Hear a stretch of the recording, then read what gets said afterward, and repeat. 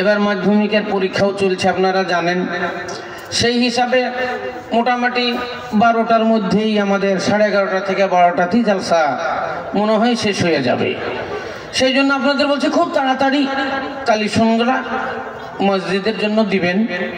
আর তো শুনতেই পেলেন যেটা মূল কথা, মানুষ মরে যাওয়ার পর সবই আমল বন্ধ হয়ে যায়, দুটো জিনিস থাকে।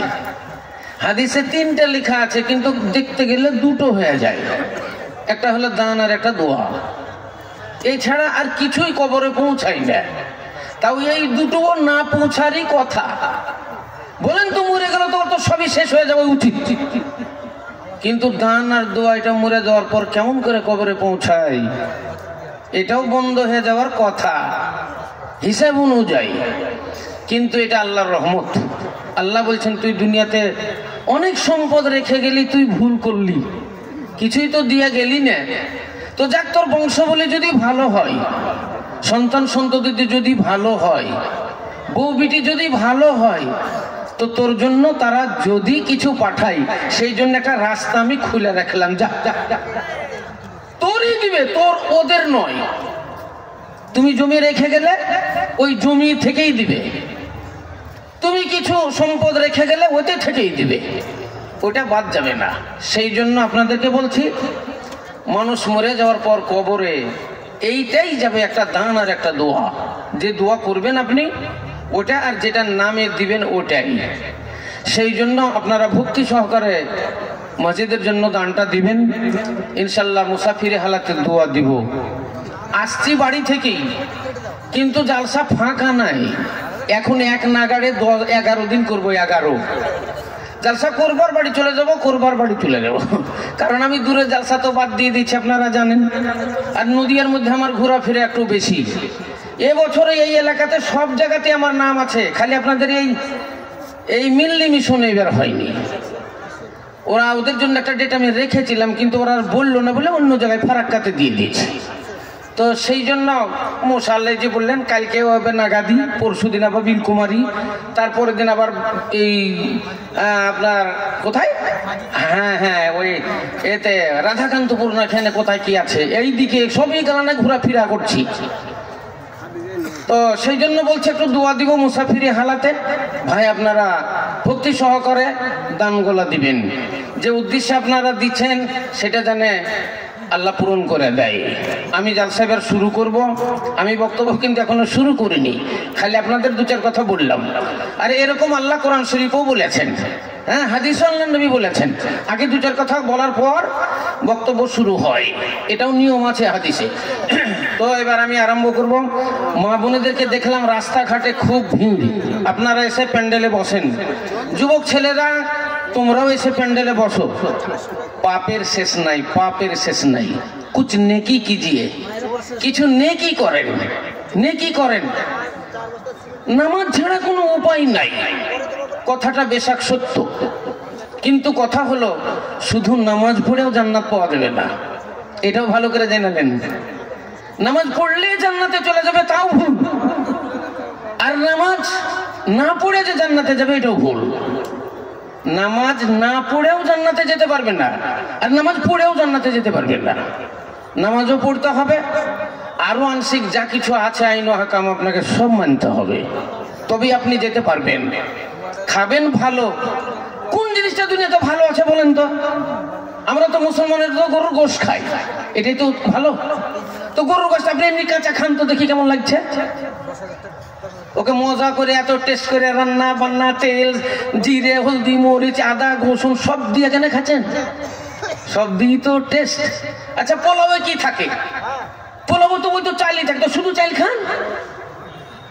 ঘি থাকে তো শুধু ঘি খান, হয় না তো সবগুলা মিলিয়ে দিয়ে পোলাও, সবগুলো মিলিয়ে বিরিয়ানি। তো ওই রকমই জানবেন আমাদের ইসলাম ধর্মটা এমনই জিনিস, সমস্ত রকমের ভালো, এই ভালোগুলো দিয়েই ভালো। কোরআন শরীফে আল্লাহ বলছেন জান্নাত ওই ব্যক্তি পাবে মান আমিলা সলিহান, যারা সৎ আমল করবে।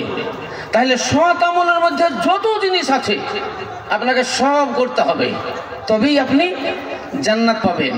অত একটা জিনিসে একদিক করে হবে না, এটা তো আপনাদের যুগ যুগ ধরে শুনে আসছেন। যাক, এবার বলছি মা বোনেরা, অনেক কিছু খাওয়া দাওয়া করলেন রাত্রিতে, কিন্তু এখন ঠান্ডা পড়ছে, আপনি পরে পস্তাবেন। এসে প্যান্ডেলে বসেন। ভাইয়েরা, বাবা জীবনেরা যারা ঘুরছেন তারাও এসে প্যান্ডেলে বসেন, না হলে আপনি কিন্তু পস্তাবেন, কাশবেন, সর্দি হবে, জ্বর হবে, মেলা কিছু আপনি অসুখ ভুগবেন। সেই জন্য বলছে এসে প্যান্ডেলে বসেন, আল্লাহর রহমত হবে। আর যেটা বললাম, পাপের তো শেষ নাই, নেকি করেন, নেকি করেন, সেই উদ্দেশ্যে আপনারা এসে প্যান্ডেলের তলায় বসেন। এবার ভক্তি সহকারে সালামের উত্তরটা দিবেন। আসসালামু আলাইকুম ওয়া রাহমাতুল্লাহি ওয়া বারাকাতুহু। আলহামদুলিল্লাহ নাহমাদুহু ওয়া নাস্তাইনুহু ওয়া নাস্তাগফিরুহু ওয়া নু'মিনু বিহি ওয়া নাতাওয়াক্কালু আলাইহি ওয়া নাউযু বিল্লাহি মিন শুরুরি আনফুসিনা ومن سيئات أعمالنا من يهدي الله فلا مضل له ومن يضلله فلا هادي له أشهد أن لا إله إلا الله وحده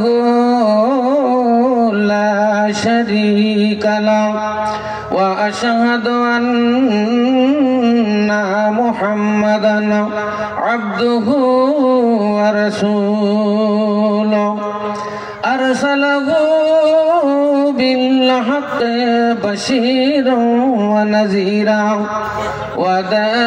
وداعيا إلى الله بإذنه وسراجا منيرا. فإن خير الحديث كتاب الله وخير الهدي هدي محمد صلى الله عليه وسلم وشر الأمور محدثاتها وكل محدثة بدعة وكل بدعة ضلالة وكل ضلالة في النار. فأعوذ بالله من الشيطان الرجيم. بسم الله الرحمن الرحيم. يا أيها الذين آمنوا هل أدلكم على تجارة تنجيكم من عذاب أليم تؤمنون بالله ورسوله وتجاهدون في سبيل الله بأموالكم وأنفسكم ذلكم خير لكم إن كنتم تعلمون. وقال الله تبارك وتعالى في موضع آخر مثل الذين ينفقون أموالهم في سبيل الله كمثل حبة أنبتت 7 سنابل في كل سنبلة 100 حبة والله يضاعف لمن يشاء والله واسع عليم. নারে তাকবীর, জোরে সোরে লিল্লাহি তাকবীর। ও গো আল্লাহ মেহেরবান, আমি গাহি যে তোমার গান। ও গো আল্লাহ মেহেরবান, আমি গাহি যে তোমার গান। তুমি আমায় রিজিক দিয়ে বাঁচায়াছো প্রাণ। আল্লাহ মেহেরবান, আমি গাহি যে তোমার গান। রূপে ভরা দুনিয়াটা দেখতে কত ভালো, দেখবো যে তাই চোখে তুমি দিলে নয়নালো।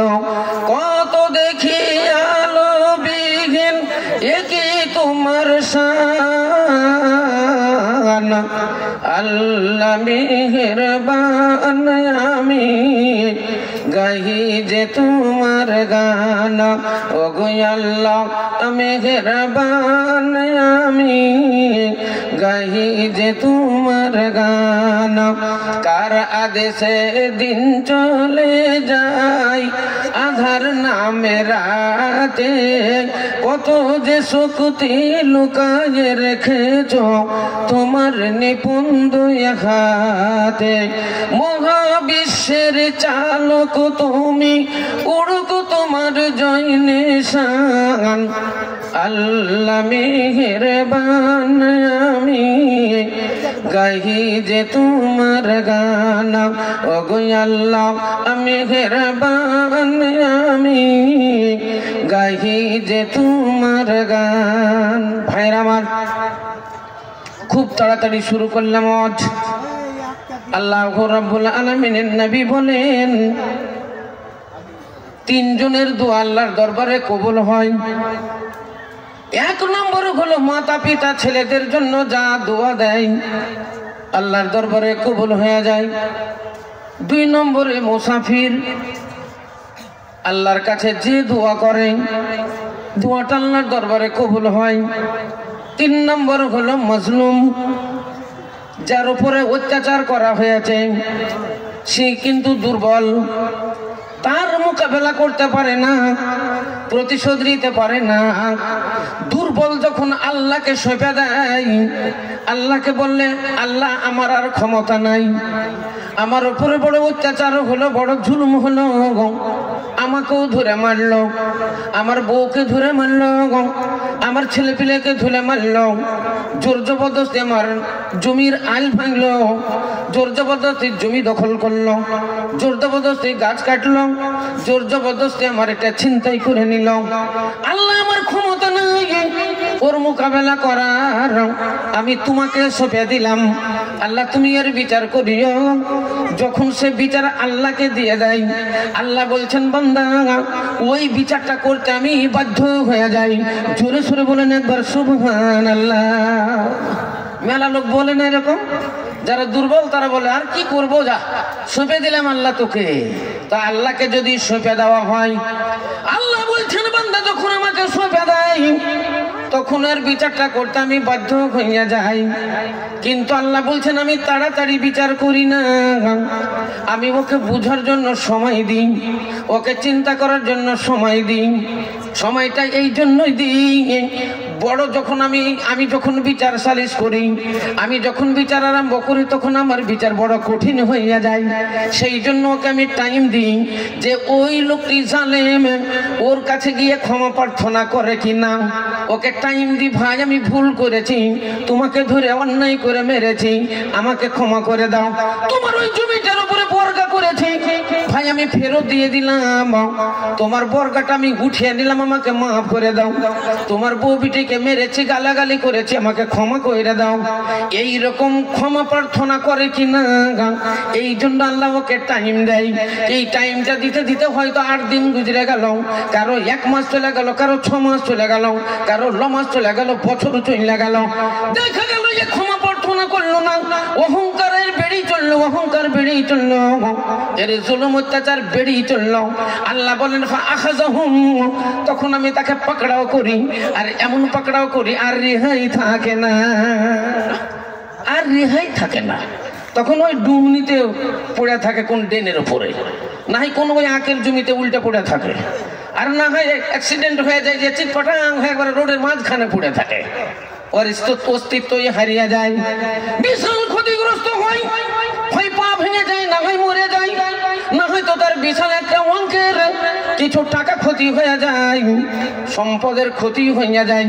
ও যতটা ক্ষতি করেছে তার চাইতে 7 গুণ ক্ষতি হইয়া যায়, কিন্তু অনুভব করতে পারে না, অনুভব করতে পারে না। ও মনে মনে ভাবে এটা যদি না করতাম তাহলে মনে হয় ওইটা হইতো না, এটাই ভাবে, কিন্তু করেছে কি ওটার কিন্তু হদিসও নেয় না, নিজের জীবনের সমীক্ষা করে না, নিজেদের ভুল ভ্রান্তির সমীক্ষা করে না।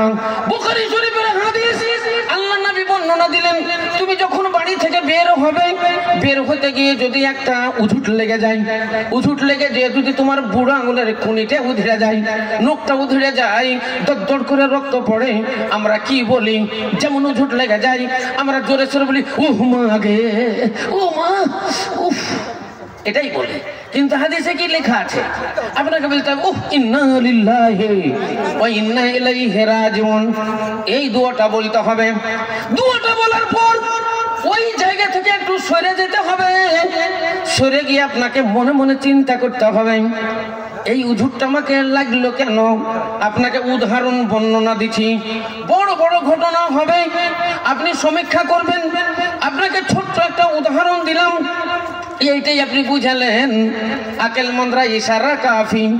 যারা জ্ঞানী হয়, যারা বুদ্ধিমান হয়, তাদের মুখে বলতে হয় না, হাতে ইশারা করলেই, চোখে ইশারা করলেই বুঝা যায়। খালি একটু ইশারা করলেই বুঝালে। তো আপনাকে খালি ইশারা দিচ্ছি। নবী আমার জবানে বললেন, তুমি ওইখান থেকে সরে যাও। ওইখান থেকে সরে গিয়ে তুমি মনে মনে ভাবো, আমাকে উঝুটটা লাগলো কেন? আমাকে এই খোলাঙে লাগলো কেন? এই ইটটা তো এখন খাড়া করা নাই, এই খোলাংটা তো আজকে থেকে খাড়া নাই, অনেক দিন থেকেই খাড়া আছে। অনেক লোকের উপর দিয়ে চলে গেল, অনেক মেয়েরা এর উপর দিয়ে চলে গেল, ওই কাউকে উঝুট লাগলো না, উঝুটটা আমাকে লাগলো কেন? ওই অনেক লোকে এখান দিয়ে চলে গেল, তার পাটা কাটলো না, আমার পাটা কেন কাটলো? এইখান দিয়ে যেতে গিয়ে অনেক জনের গাড়ি চলে গেল, আমার গাড়িটা কেন অ্যাক্সিডেন্ট হয়ে গেল? এই রাস্তা সংকীর্ণ ছোট রাস্তা, এই ছোট রাস্তা দিয়ে অনেক মোটরসাইকেল পাস হয়ে গেল, আমার গাড়িটা পাল্টি কেন খেলো? আপনি ওখানে সমীক্ষা করুন। আল্লাহ নবী বলছেন, রে আমার উম্মতেরা, তোমাদের যখন কোনো বিপদ সামনে আসবে বলো ইন্না লিল্লাহি ওয়া ইন্না ইলাইহি রাজিউন। আর ওইখান থেকে সরে গিয়ে একটু তুমি সমীক্ষা করো, একটু চিন্তা করো, এটা কেন হলো? এটা কেন হলো? ভুল কোন জায়গায় আমার? এইটুকু তুমি চিন্তা ভাবনা করো। তাহলে এই চিন্তাটা যদি আমরা করি, তাহলে আমরা সব বুঝতে পারবো। মানুষ কিছুই ভুলে না। মোবাইলে যেমন রেকর্ডিং হয়ে যায়, এই রেকর্ডিং যখন জুড়বে না তখনই আপনি ওইভাবে শুনতে পাবেন। ওই রকমই আল্লাহ রাব্বুল আলামিন মানুষকে যে মাথা দিয়েছে, মাথার ভিতরে লক্ষ লক্ষ নার্ভ আছে, লক্ষ লক্ষ রগ আছে। ওই রগগুলোর ভিতরে আল্লাহ এমনই মেমোরি সৃষ্টি করেছে, সারা জীবনে মানুষ যত কর্ম করে সমস্ত ওই মেমোরিতে লোড হয়। ও কোনোদিন ভুলে না, কোনোদিন ভুলে না। যেমন নিরালাই বসবেন, চোখ বুঝে চিন্তা করবেন, সারা জীবনের সমস্ত কথা এই ব্রেনে চলে আসবে। আল্লাহ বলছেন, বান্দারে, তোমার ভুলের অঙ্ক যদি বেশি হয়, তোমার পাপের অঙ্ক যদি বেশি হয়ে যায়, তুমি তওবা করো, ইস্তিগফার করো, বলো আস্তাগফিরুল্লাহাল্লাযী লা ইলাহা ইল্লা হুয়া আল হাইয়ুল কাইয়্যুম ওয়া আতুবু ইলাইহি। তওবা ইস্তিগফার করো, আল্লাহকে বলো, আল্লাহ বড় ভুল করেছি, আল্লাহ অন্যায় করেছি, অপরাধ করেছি, আল্লাহ তুমি ক্ষমা কইরা দাও। আর এইরকম ভুল আমি আর করব না, আল্লাহ এইরকম ত্রুটি আমি আর করব না। আল্লাহ বলছেন, বান্দা, তুমি যখন আমার দরবারে ইস্তিগফার করবে, আমার কাছে যখন ক্ষমা প্রার্থনা করবে, আমি আল্লাহ তোমার ওই ক্ষমা কবুল কইরা নিব। তোমার তওবা আমি কবুল করে নিয়ে তোমার জীবনের গুনাহ খাতা মাফ করে দিব, আমি তোমারে সংশোধন করব। জোরে সরে বলেন একবার সুবহানাল্লাহ। তাহলে তিনজনের দোয়া আল্লাহর দরবারে কবুল হয়ে যায়। আল্লাহর নবী বললেন, তিনটা কাজের জন্য নবী বললেন তাড়াতাড়ি করো। নাম্বার 1, আল্লাহ নবী বললেন, নামাজের টাইম যদি হয়ে যায় আর বিলম্ব করো না। নামাজের সময় হলে, নামাজের আজান হয়ে গেলে আর বিলম্ব করো না, দেরি করো না, নামাজটা আগে পড়ে নাও, তারপরে অন্য কাজ করো। তুমি আগে সালাত আদায় করে নাও। ইসলাম দরদি ভাইরা আমার, নামাজকে বলো না কাজ আছে, কাজকে বলো আমার নামাজ আছে। নামাজকে বলো না কাজ আছে, কাজকে বলো আমার নামাজ আছে। আল্লাহ নবী বললেন তোমরা নামাজটা তাড়াতাড়ি পড়ো, আপনি কাজ করেন না, আগে নামাজ পড়েন তারপরে কাজ করেন। ইসলাম দরদি ভাইয়ের আমার, আহলে হাদিসের একটা বই ফতোয়ায়ে সানাবিয়া মাওলানা সানাউল্লাহ রাহমাতুল্লাহ আলাইহি উনি বলেছেন, একটা ফতোয়া দিয়েছেন, আগে কাজ না আগে নামাজ, আগে কাজ না আগে নামাজ। ওনার ফতোয়া হলো আগে নামাজ তারপরে কাজ। কিন্তু দুনিয়াতে আমরা করি কি আগে কাজ তারপরে নামাজ, আগে কাজ তারপরে নামাজ। কিন্তু আসলে ফতোয়া হলো আগে নামাজ তারপরে কাজ। সেই জন্য কেউ বলেছে কাজকে বলো আমার নামাজ আছে, নামাজকে বলো না কাজ আছে। ইসলাম দরদি ভাইরা আমার, 2 নম্বর হলো যখন কোন ছেলে মেয়ে তোমাদের সাবালিকা হবে, সাবালক সাবালিকা হবে, বিয়ের পয়গাম চলে এলে আর ফেরত দিও না, ওদের বিবাহ বন্ধনে বেঁধে দাও, ওদের বিবাহ দিয়ে দাও। 3 নম্বর যদি কোনো মানুষ মারা যায় খুব তাড়াতাড়ি দাফন করো, সারাদিন ফেলে রাখিও না, আশেপাশের লোকজন বন্ধু বান্ধবকে জানিয়ে দাও, আত্মীয় স্বজনকে তাড়াতাড়ি জানিয়ে দিয়ে খুব তাড়াতাড়ি ওকে দাফন কইরে দাও। আল্লাহ নবী বললেন এই 3টা কাজ তোমরা তাড়াতাড়ি করো। কিন্তু এই 3টা কাজই আমাদের বিলম্ব হয়ে যায়। কিসের জন্য যে নবী বললেন যে তাড়াতাড়ি করো? আসলেই দেখেন 3টাই বিলম্ব হয়ে যায়। মেয়েরা জোহরের নামাজ পড়তে পড়তে ওদের 3টা বেজে যায়, গোসল করতে করতে 2টা বেজে যায়। গোসল করতে এরা জানে না, মেয়েরা গোসল করবে 11টা থেকে 12টার ভিতরে। তারা চুল পরিষ্কার করার ব্যাপার আছে এবং ওদের চুল শুকানোর ব্যাপার আছে। আমাদের মতো ছোট চুল নয়, ওদের বড় বড় মাথার চুল আছে।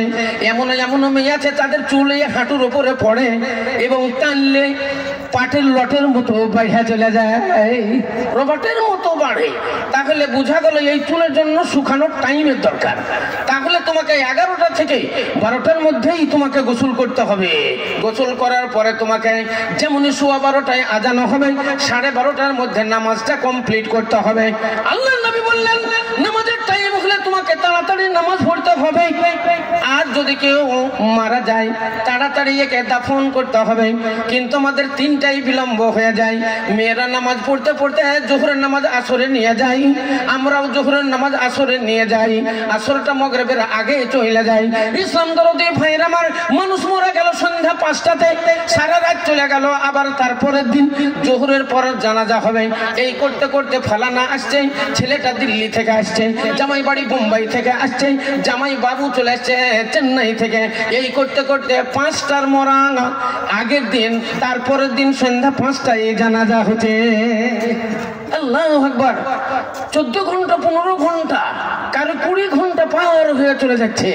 তাহলে নবী বললেন তাড়াতাড়ি করো, কিন্তু আমাদের বিলম্ব হয়ে যায়। ছেলে মেয়ে সিয়ানা হয়ে গেছে, ভুরি ভুরি বিয়ে চলে আসছে। ডাক্তারের মেয়ে সবারই পছন্দ, কত মানে খরিদ্দার চলে আসছে। ডাক্তারের ছেলে, মাস্টারের ছেলে, কত মেয়ের পায়গাম চলে আসছে, কিন্তু বিয়ে দেয় না।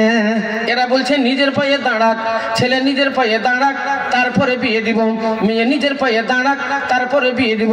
এই করতে করতে মেয়ের বয়স 20 হয়ে যাচ্ছে, সময় 24 হয়ে যাচ্ছে, কারো 30 হয়ে যাচ্ছে।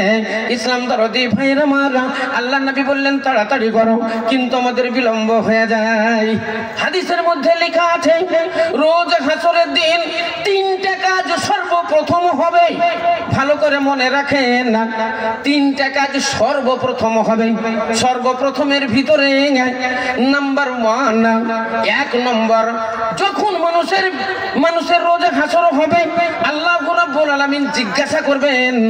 জিজ্ঞাসার ভিতরে একটাই হবে, সর্বপ্রথম সেটাই হলো সালাত, সেটাই হলো নামাজ। আল্লাহ রাব্বুল আলামিন নামাজের ব্যাপারে জিজ্ঞাসা করবে, হাল তুসাল্লি, তুমি কি নামাজ পড়েছ? হাল তুসাল্লি, তুমি কি নামাজ পড়েছিলে? এই প্রশ্নটা করা হবে 1 নম্বর। 2 নম্বর হলো বিচার আরম্ভ হবে। সর্বপ্রথম খুনির, যারা মানুষকে খুন করেছে, যারা মানুষ হত্যা করেছে, যারা গুলি করে মানুষ মেরেছে, এদের বিচার প্রথম আরম্ভ হবে। 3 নম্বরে সর্বপ্রথম জান্নাতের ভিতরে যেটা খাওয়ানো হবে সেটা হলো কাবিদুল হুত, মাছের কলিজা। আল্লাহ জান্নাতের ভিতরে জান্নাতীদের সর্বপ্রথম যেটা খাওয়াবে সেটা হলো মাছের কলিজা। সে মাছ কত সুস্বাদু হবে, মাছ কত মিষ্টি হবে, আর মাছ কত বড় হবে, যার কলিজার কাবাব আল্লাহ রাব্বুল আলামিন জান্নাতের ভিতরে খাওয়াবে। তাহলে তিনটা কাজ একটা একটা করে হবে। প্রশ্ন হবে নামাজের ব্যাপারে, বিচার হবে খুনের ব্যাপারে, আর খাবার দাবার হবে ওই মাছের কলিজা, মাছের কাবাব। ইসলাম দরদি ভাইয়ের আমার, এগুলা যদি খেতে চান আগিয়ে চলে আসেন আল্লাহর পথে, আসেন মসজিদ নির্মাণ করেন, মসজিদ বানান। আল্লাহ নবী বললেন মান বানা লিল্লাহি মসজিদান বানাল্লাহু লাহু বাইতান ফিল জান্নাহ। অন্যত্র আল্লাহ নবী বললেন আল মসজিদু রাওযাতুম মিন রিয়াজিল জান্নাহ, মসজিদ হলো জান্নাতের বাগিচা, মসজিদ হলো জান্নাতের বাগান। মসজিদে বসে থাকবেন, জান্নাতের বাগানে বসবেন। মসজিদের ভিতরে কোরআন শরীফের তেলাওয়াত করবেন, জান্নাতের বাগানে তেলাওয়াত করবেন। মসজিদের ভিতরে আল্লাহর জিকির করবেন, আল্লাহর রিয়াজুল জান্নাতে আল্লাহর জিকির করবেন। আর একটা মূল্যবান কথা বলি, আর একটা মূল্যবান কথা আপনাদের বলবো, সেটা হলো আমার দ্বীনের রাসূল সরকারে তো আলম বলেছেন, নামাজ পড়ার পর আপনি যাই নামাজে যতক্ষণ বসে থাকবেন দুটো ফেরেশতা আপনার জন্য দোয়া করবে, অতক্ষণ দোয়া করবে যতক্ষণ আপনি জায়নামাজ থেকে না উঠবেন। এই যে ভালো একটা কথা আপনাদের বললাম, মনে রাখেন, মানুষ নামাজ পড়ে, এই নামাজ পড়তে গিয়ে জায়নামাজে যতক্ষণ আপনি বসে থাকবেন আল্লাহর জিকির আজকার করবেন ততক্ষণ দুটো ফেরেশতা আপনার জন্য দোয়া করতেই থাকবে যতক্ষণ ওখান থেকে না উঠবেন। ওই জায়নামাজ থেকে উঠে যখন দূরে সরে যাবেন, জায়নামাজ থেকে উঠে যখন অন্য কাজে যাবেন, তখন তারা মোনাজাত শেষ করবে। ইসলাম দরদি ভাইয়ের আমার, সেই জন্য নামাজ পড়ে দৌড় দৌড় করে বাড়ি পালাবেন না, এদিকে সেদিকে পালাবেন না, জায়নামাজে বসে একটু আল্লাহর জিকির করবেন, আল্লাহর জিকির করবেন, আল্লাহর ফেরেশতার দোয়া নেবেন। তো আছেন আল্লাহর বান্দা কারা আছেন মসজিদের জন্য দান, ইনশাআল্লাহ দোয়ায় খায়ের হবে। সর্বপ্রথম একটা দান আমার হাতে এসেছে, শাহজাহান মন্ডল, মাশাআল্লাহ মাশাআল্লাহ, ইনি দিয়েছেন 2000 ইট। জাযাকুমুল্লাহু খায়রাল জাযা। 2000 ইট মানে প্রায় 20,000 টাকা। তাহলে ইনি দিলেন 20,000 টাকার পরিমাণ 2000 ইট মৃত্যু মায়ের জন্য এবং বাবার জন্য দুয়ার আবদার জেনেছি, ইনশাআল্লাহ দোয়া করব। জাযাকুমুল্লাহু খায়রাল জাযা, জাযাকাল্লাহ হাইয়াকাল্লাহ। আরেকটা এসেছে আসান শেখ, মা বাবা ও স্ত্রীর জন্য সবাই মৃত্যু, এদের জন্য দিয়েছে 10,000 টাকা। নারায়ে তাকবীর। ইনিও দুয়ার আবদার জানিয়েছে, ইনশাআল্লাহ দোয়া দিয়ে দেব। এখানে মাইস হসপিটাল থেকে দেবগ্রাম, ইনি দিয়েছেন 5,000 টাকা। জাযাকুমুল্লাহু খায়রাল জাযা। আরেকটা আছে গনি সেন, মৃত বাবা মা, এদের জন্য দিয়েছে 4,000 টাকা। উনি তিনি স্বামী স্ত্রী মিলে আবার দিচ্ছেন 1,000 টাকা। আলহামদুলিল্লাহ। আবার মৃত্যুর মা বাবার জন্য দিচ্ছেন 1,000 টাকা। দুয়ার আবদার জানিয়েছে, ছোট্ট করে একটু দোয়া দিই। আল্লাহুম্মা আমিন। আলহামদুলিল্লাহি রাব্বিল আলামিন ওয়াল আকিবাতু লিল মুত্তাকিন ওয়াস সালাতু ওয়াস সালামু আলা রাসূলিল কারীম। ইয়া রব, এ পরওয়ারদিগার আলম, একজন বান্দা তোমার দিয়েছে 10,000 টাকা, একজন বান্দা তোমার দিয়েছে 2,000 ইট। পরওয়ারদিগার আলম, একজন দিয়েছে 5,000 টাকা, আবার দিয়েছে 1,000 টাকা, আবার দিয়েছে 1,000 টাকা। এ রব্বুল আলামিন, তোমার বান্দাদের দান তুমি সাদরে গ্রহণ করে নাও। কেউ দিয়েছে বাবার জন্য, কেউ দিয়েছে বাবা মার জন্য, কেউ আত্মীয় স্বজনের জন্য। আল্লাহ তারা কবর গৃহে কিভাবে আছে জানি না, আল্লাহ তাদের কবরটা তুমি রিয়াজুল জান্নাত বানিয়ে দিও। ও গো খোদা, দরজা মসজিদ দরজা প্রকাশিয়া এ দানিদের দান নাম গ্রহণ করিয়া। কেউ দেখো বাবার জন্য করে গেল দান, কেউ দেখো মায়ের জন্য দান করে জানা। এই মতে কত দান এলো, আল্লাহ সবাকার তুমি রাখিও গো ভালো, আর ভালো করো তাদের ইহ পরকাল। রব্বানা তাকাব্বাল মিন্না ইন্নাকা আনতাস সামিউল আলিম। আমিন সুম্মা আমিন। কই আসেন বলেন। আর কারা আছে? হ্যাঁ, চিঠিপত্র কি আছে পাঠান, ইনশাল্লাহ দোয়া করবো। আপনারা উঠে উঠে চলেছেন, এই ডান সাইড দিয়েছেন, বাম সাইড দিয়েছেন। হ্যাঁ, যারা 1000, 2000, 5000, 10000 হ্যাঁ যা দিবেন পাঠান, ইনশাল্লাহ দোয়ায় খায়ের হবে। এখানকার আবার একটা লিস্ট এসেছে, ছোট বড় সব দান এখান করে। হ্যাঁ মাশাআল্লাহ এখানে আছে। হ্যাঁ তাহলে এদিকটা 1 নম্বরটা হয়ে গেছে নাকি? এদিকটা একটাও হয়নি। তাহলে এই দেখেন ছোট বড় সব দানেরই দোয়া আমরা দিব। আপনারা উঠে উঠে আসেন। আর জালসা কমিটির লোক যারা আছেন তারা এই প্যান্ডেলে যান, মেয়েদের প্যান্ডেলে যান, ছেলেদের প্যান্ডেলে যান। হ্যাঁ টাকা পয়সাগুলো নিয়েছেন। আর মোটা দান যারা দিবেন 500, 700, 1000, 2000, 5000 একটু উঠে আসবেন, এখানে আমাদেরকে বলবেন, ইনশাল্লাহ আমরা দোয়া দিব। আলহামদুলিল্লাহ এখানে আদর ইনি দিয়েছেন 200 টাকা। তারপরে দিয়েছেন আউলাদ, ইনি দিয়েছেন 1000 টাকা। আবুল ভাই ইনি দিয়েছেন 500 টাকা। সিরাজ 500 টাকা। সামিন ইনি দিয়েছেন 500 টাকা। সাইফুদ্দিন 2000 টাকা। ও গো খোদা দয়া মনি দয়া প্রকাশিয়া এদান নিদের দান গ্রহণ করিয়া সাইফুদ্দিনের নামে দেখো এখানেতে ছিল তোর রেখে 2000 টাকা দান দিল। আজমির নামে দেখো 400 টাকা দান। বাবু ভাই 50 টাকা দিয়ে চলে জানা। কদর নামেতে দেখো 500 টাকা দিল। জসিম নামেতে 1000 টাকা দিয়ে চলে গেল। আব্দুল কলিমের নামে এখানে আসিয়া 200 টাকা দিল দান মসজিদের লাগিয়া। মান্নান ভাই এখানেতে আসিয়া যে ছিল 100 টাকা দেখো দিয়ে চলে গেল। আব্দুল বাড়ি নাম্মা ভাই জানো যে মারা 100 টাকা দিল রাইহেতে তোমারা। আজহার নামে দেখো 1000 টাকা দান। নজরুল নামেতে 500 টাকা দিয়ে জানা। ইজাই নামেতে দেখো 100 টাকা দিল। মিঠু নামও 200 টাকা দিয়ে চলে গেল। ফারুক নামেতে দেখো তোমরা দৌড়িয়েছে 100 টাকা দেখো দিল হেসে হেসে। দানিয়াল নামে দেখো 500 টাকা দান। পটল নামেতে 500 টাকা দিয়ে জানা। দিন মোহাম্মদ দেখো এখানেতে ছিল তোর রাগে 3500 টাকা দান দিল। এ সবুদ নামেতে দেখো 500 টাকা দান। সাধুরে কবুল করো তুমি দয়াবানা। সেলিম নামেতে দেখো এখানে আসিয়া 500 টাকা দিল মসজিদের লাগিয়া। মিনাই নামেতে দেখো 500 টাকা দান। মেজবাহুর নামে 300 টাকা দিয়ে জান।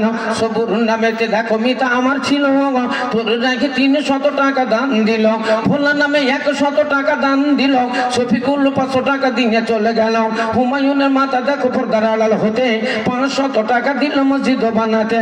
মন্টু নামেতে দেখো এখানে আসিয়া 500 টাকা দিল হাসিয়া হাসিয়া। রফিকের নামেতে দেখো 500 টাকা দান। বেনামিতে 2000 টাকা দিয়ে জানা। এই মতে একে কত দান এলো। আল্লাহ সবাকারে তুমি রাখিনা গো ভালো। আর ভালো করো তাদের ইহ পরকালো। জাবের আলী নামে দেখো 100 টাকা দান।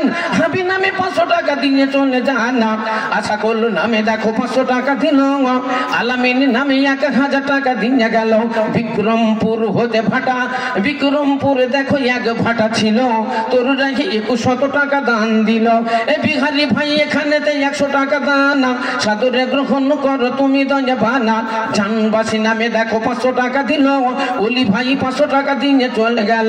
লালচাঁদ নামে দেখো এখানে আসিয়া 1000 টাকা দিল এলাহি ভাবিয়া। ও গো খোদা দয়াময় লালচাঁদের দানা।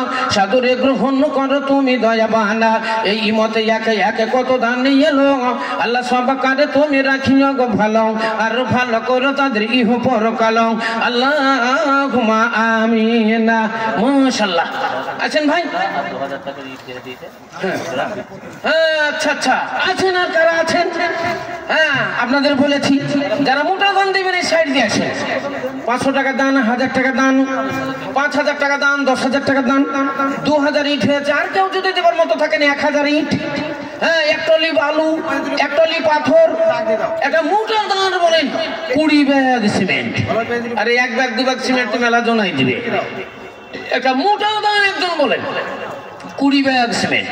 আমি তার জন্য খাস করে দোয়া দিব। আপনাদের বলে দিলাম হ্যাঁ যে মুসাফিরি হালাতে যে দানগুলো আছে, হ্যাঁ মুসাফিরি হালাতে আপনাদের জন্য দোয়া দিব। আলহামদুলিল্লাহ আলহামদুলিল্লাহ। হ্যাঁ জাযাকুমুল্লাহু খাইরাল জাযা, জাযাকাল্লাহ হাইয়াকাল্লাহ। তাহলে এইখান করে আরো দান আছে আলহামদুলিল্লাহ। এখানকার লেখা আছে রাজ্জাক, ইনি দিয়েছেন 1000 টাকা।